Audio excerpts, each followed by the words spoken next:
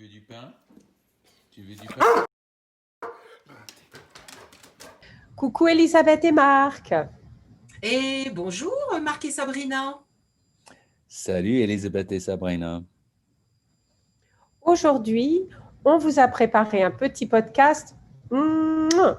Ah oui, aux petits oignons, le podcast. Et aux petits poivrons. Alors Marc, Elisabeth et moi avons discuté des différences culturelles, sociales entre la France et les États-Unis basées sur nos expériences. Est-ce qu'aujourd'hui, on peut parler de tes expériences, des choses qui t'ont étonné, des choses qui t'ont surprise quand tu es allé en France? Oui, bien sûr, Sabrina. Avec plaisir. En fait, c'est ça. Hein. Je pense que mes expériences sont... Il y avait plein de très bonnes expériences, donc je ne vais pas vraiment parler de mauvaises surprises parce qu'il n'y en avait pas trop. Mais de très bonnes surprises, oui. Alors donne-nous un exemple. Où étais-tu quand tu es allé en France pour la première fois? Tu étais où et qu'est-ce qui t'a surpris? Alors, déjà, on va parler simplement de mes 2 premiers jours à Paris parce que ça suffira. J'ai déjà une longue histoire à propos de tout ça. Et j'avais 19 ans, je suis allé à Paris avec mon ami Laurent, qui était un ami de lycée, et sa mère était parisienne. Et comme cadeau de graduation, de remise de diplôme pour Laurent, ses parents lui ont dit, bah, vous pouvez amener quelqu'un avec toi et tu peux amener quelqu'un avec toi. Et il m'a choisi. Je pense qu'ils ont mis un peu de pression parce que mon père travaillait avec son père. En tout cas, j'ai eu une chance fabuleuse de pouvoir partir avec lui depuis Chicago pour Paris. Et on a atterri à l'aéroport de Luxembourg. Donc, on a dû prendre le train depuis la ville de Luxembourg jusqu'à Paris et on a traversé l'Est, le nord-est de la France pour arriver à Paris au mois de juin 1977. Et c'était déjà formidable parce que je n'avais pas vraiment voyagé dans le train, mais j'étais dans ma tête, culturellement, j'étais très train. C'est-à-dire que mes parents, mes grands-parents, toute ma famille avait travaillé pour le train dans leur petit bled dans l'Iowa. C'était un endroit où tous les trains de Chicago jusqu'à Minneapolis s'arrêtaient pour prendre du pétrole, etc. Et mes parents m'avaient donné une très belle attitude envers les trains. Et justement, on prend le train, on traverse ce beau paysage, un peu industrialisé, mais c'est quand même une industrie de la vieille époque. C'est pas une industrie nouvelle, moderne que vous voyez à l'est de la France. Et j'étais déjà un peu émerveillé. J'étais surpris agréablement. Mais ce qui m'attendait à Paris était encore plus fabuleux. Parce qu'il y avait le grand-père de Laurent qui est venu nous chercher à la gare de l'Est. Et il avait un taxi qui nous attendait. Et bon, on fait la connaissance du grand-père qui est un homme fantastique, dont j'ai des histoires aussi, mais on va pas y entrer. Et on sort de la gare, on se met dans le taxi, et je pense que c'était un Renault 504, un truc comme ça. Et on, on conduit dans les ruelles à côté de la gare de l'Est et il y a des terrasses immédiatement. On s'arrête presque immédiatement et il y a des terrasses avec plein de gens parce que c'est un samedi soir. L'été arrive et c'est une image plus fabuleuse que tout ce que Hollywood pourrait faire. Et moi, j'étais très anxieux parce que j'avais dépensé mon argent pour ce voyage. Et je me suis demandé, est-ce que c'était une bonne idée de dépenser l'argent que j'avais économisé, que j'aurais pu utiliser pour aller à l'université, par exemple. Et j'avais un peu cette angoisse. Et la première chose que je me suis dit quand j'ai vu cette scène, c'était que il n'y a pas de doute, c'était exactement ce que je devais faire. Alors, je deviens très émotionnel à cause de ça, mais ça a changé ma vie complètement. Que de belles émotions, Marc. Que tu es très ému, mais c'est une belle émotion parce que tu as gardé d'excellents souvenirs. Et merci de partager avec Elisabeth et moi. C'est Oui, vrai que les émotions générées par... Alors, tu dis que même Hollywood ne peut pas faire ça. Pour toi, c'était un véritable spectacle dans la rue. Mm. Euh, les Français vivent dans la rue et tu as ressenti puissamment c'était le cœur de Paris, le cœur de Paris qui battait. Oui, la joie de vivre. C'est, c'est magnifique. Et bon, je dois dire il y a probablement d'autres premières expériences de la France qui ne sont pas aussi belles que la mienne. Ça, c'était vraiment exceptionnel, je pense. Et ça a continué le lendemain quand Gaston, c'était le grand-père de Laurent, quand Gaston nous a promenés partout à pied à Paris. Il était dans le 5e arrondissement, près de Montparnasse.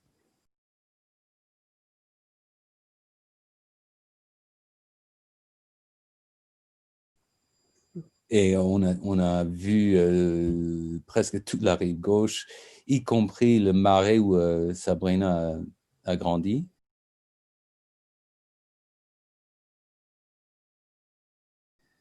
Et je pense que c'était dans le marais où j'étais vraiment le plus ébloui, le plus frappé, parce que c'était vraiment le médiéval qui était encore là. C'était pas rasé par Haussmann qui a rasé les rues de la rive gauche.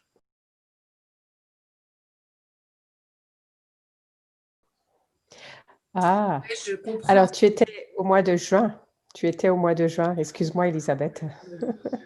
Je pensais, au mois de juin, tu ne m'as pas rencontré parce que au mois de juin, j'étais encore à l'école. Bah, tu n'étais même pas né en 1910. Non, j'étais née, mais j'étais à l'école parce que l'école finit à la fin du mois de juin, Marc, en France. Bah, l'école à Paris quand même, non? Oh bah, l'école partout, je pense, en Oui, mais c'était France. un dimanche, donc il n'y avait pas d'école. Ah, c'était un dimanche, ah oui. Oui. Alors je jouais quelque part dans la rue, c'est sûr, parce que tu as raison que en France, à cette époque, et toujours aujourd'hui, quand on, il y a toujours beaucoup de monde, il y a toujours beaucoup de gens qui sont dehors, Hmm. Oui, et surtout les quand il Français fait vivent beau. dans la rue. Oui, les Français vivent dans la rue. Euh, alors, Marc, je ne sais pas si tu veux nous parler de tes expériences du café, de la terrasse. qui Bah, sont très représentatifs de la France. moi, j'observais plutôt. Je n'allais pas dans les cafés parce que je n'avais pas beaucoup d'argent, en fait. Bon, on mangeait chez Gaston et Suzanne. Et donc, ce que on n'a pas oublié de profiter des pâtisseries quand même. Ça, Mhm. c'était. On a trouvé des pâtisseries pas trop chères qui étaient quand même très délicieuses dans le quartier de Gaston et de Suzanne. Euh, Alors, en 77, ce n'était pas l'euro, c'était le franc, n'est-ce mhm, pas? ouais. Combien coûtait un café dans un café en France en Ah, 1977? Un franc, deux un francs, franc. Ouais, je dirais un franc. un franc. Moi, je ne sais même pas parce que je ne buvais pas de café et on n'allait pas trop, vraiment, on est allé au Louvre un mardi parce que c'était gratuit. Et en fait, il n'y avait pas beaucoup de monde. Même en 1977, il n'y avait pas ces foules énormes qu'on a maintenant. Si on arrivait je pense que c'était à 9h, 9h30 du matin, il y avait presque personne qui faisait la queue devant le Louvre. Euh, et oui, on a vu la Joconde là, comme ça, sans queue. Euh, donc, on savait comment visiter Paris sans dépenser de l'argent.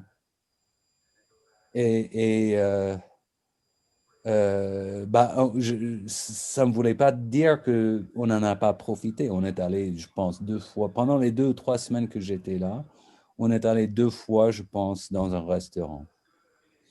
Et c'était très agréable, c'était très bon. À part le fait que c'était un autre samedi soir où on est allé à un restaurant à la rive gauche et on nous a mis à la porte un peu trop vite. C'était très précipité parce qu'il y avait trop de monde. Et ça, Mhm. je dirais que c'était un mauvais souvenir et c'était pas typique de l'Amérique. L'Amérique n'a pas cette habitude de vraiment précipiter les gens dans les restaurants. Et peut-être que Ah c'était oui, atypique à Paris aussi, mais j'avais l'impression que, waouh, c'est un peu commercial. oui, oui, oui, complètement.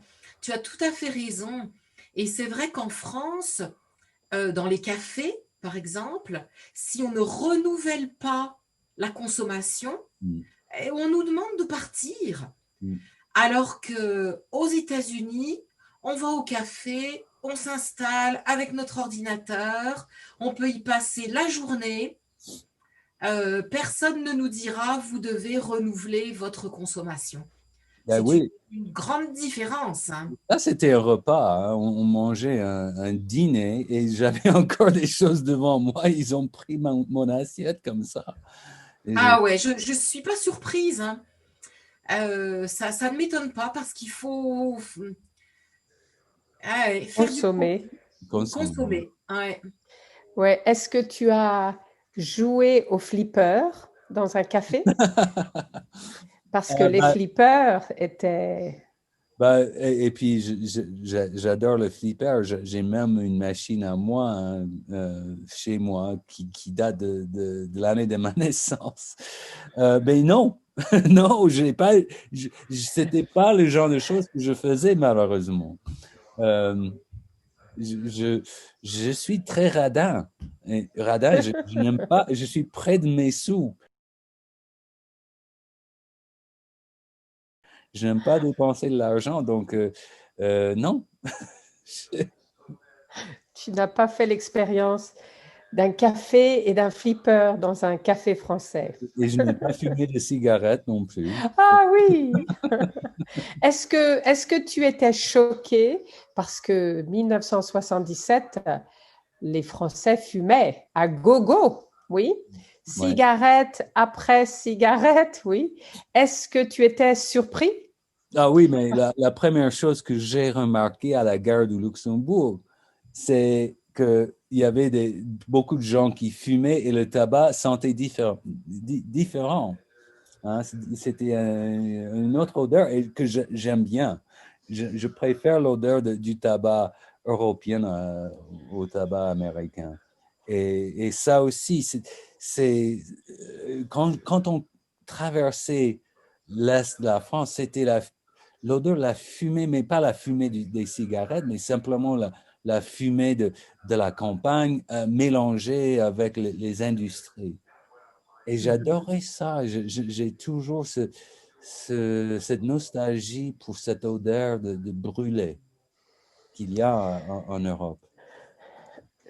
C'est très, très proustien, Peut-être. ces Ouais. réminiscences qui sont associées à des odeurs. C'est Ben, très, très Proust. et j'allais dire, ben, je pense qu'il y a énormément de différences entre la culture française et la culture américaine.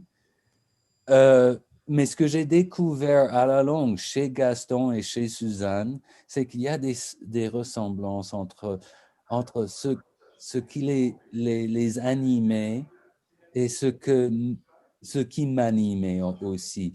Lui, il était un restaurateur de meubles, de vieux meubles. Il avait même des meubles à Versailles. Quand on était en train de restaurer le château de Versailles, il avait quelques meubles qu'il avait restaurés qui étaient au château. Il avait tous les outils pour restaurer les vieux meubles, les outils de l'époque dans son appartement. Et on voyait chez lui cette fascination pour le passé. Et moi, j'avais la même fascination. Bon, je dirais que nos goûts n'étaient pas les mêmes, peut-être, parce que moi, je ne suis pas très Louis XIV dans mon style. Mais c'est sûr que il adorait le bois, il adorait travailler avec le bois. Et moi, étant de l'Iowa, dans l'Iowa, on nous apprend à un jeune âge de travailler avec le bois. Et il y a un côté bucolique, peut-être un côté rural dans cette fascination pour le vieux bois et tout ça. Et ça, je pense qu'il y a une ressemblance entre pas seulement Gaston, Suzanne et moi, mais les Français sont des antiquaires aussi, quelque part. Complètement, complètement, Marc. Alors que tu réminissais et que tu parlais, je me souvenais que à Paris, il y a beaucoup de brocantes, il y a beaucoup de magasins qui vendent des vieux meubles, des vieilles choses. Et il y a aussi un marché public qui s'appelle le marché aux puces, qui, dans lequel on trouvait des vieux meubles des années passées, euh, des, des choses uniques, des choses belles qui faisaient partie de la vieille époque. Et je ne sais pas si c'est tout, je pense que c'est toujours possible, mais c'est vrai que les Français sont très férus, qu'ils aiment beaucoup les antiquités.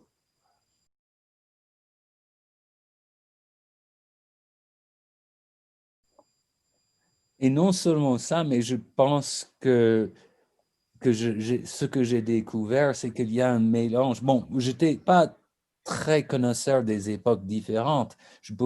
J'avais du mal peut-être à identifier la différence entre un bâtiment ou une église romane, médiévale, etc. à l'époque ou un bâtiment médiéval vis-à-vis d'un bâtiment de la Renaissance. J'aurais du mal à, peut-être, même aujourd'hui, j'aurais peut-être du mal à distinguer les deux. Mais je voyais quand même qu'il y a, il y a cette richesse d'époque qui s'entremélange partout en France, mais surtout à Paris. Et j'aime bien tout ce qui est anachronistique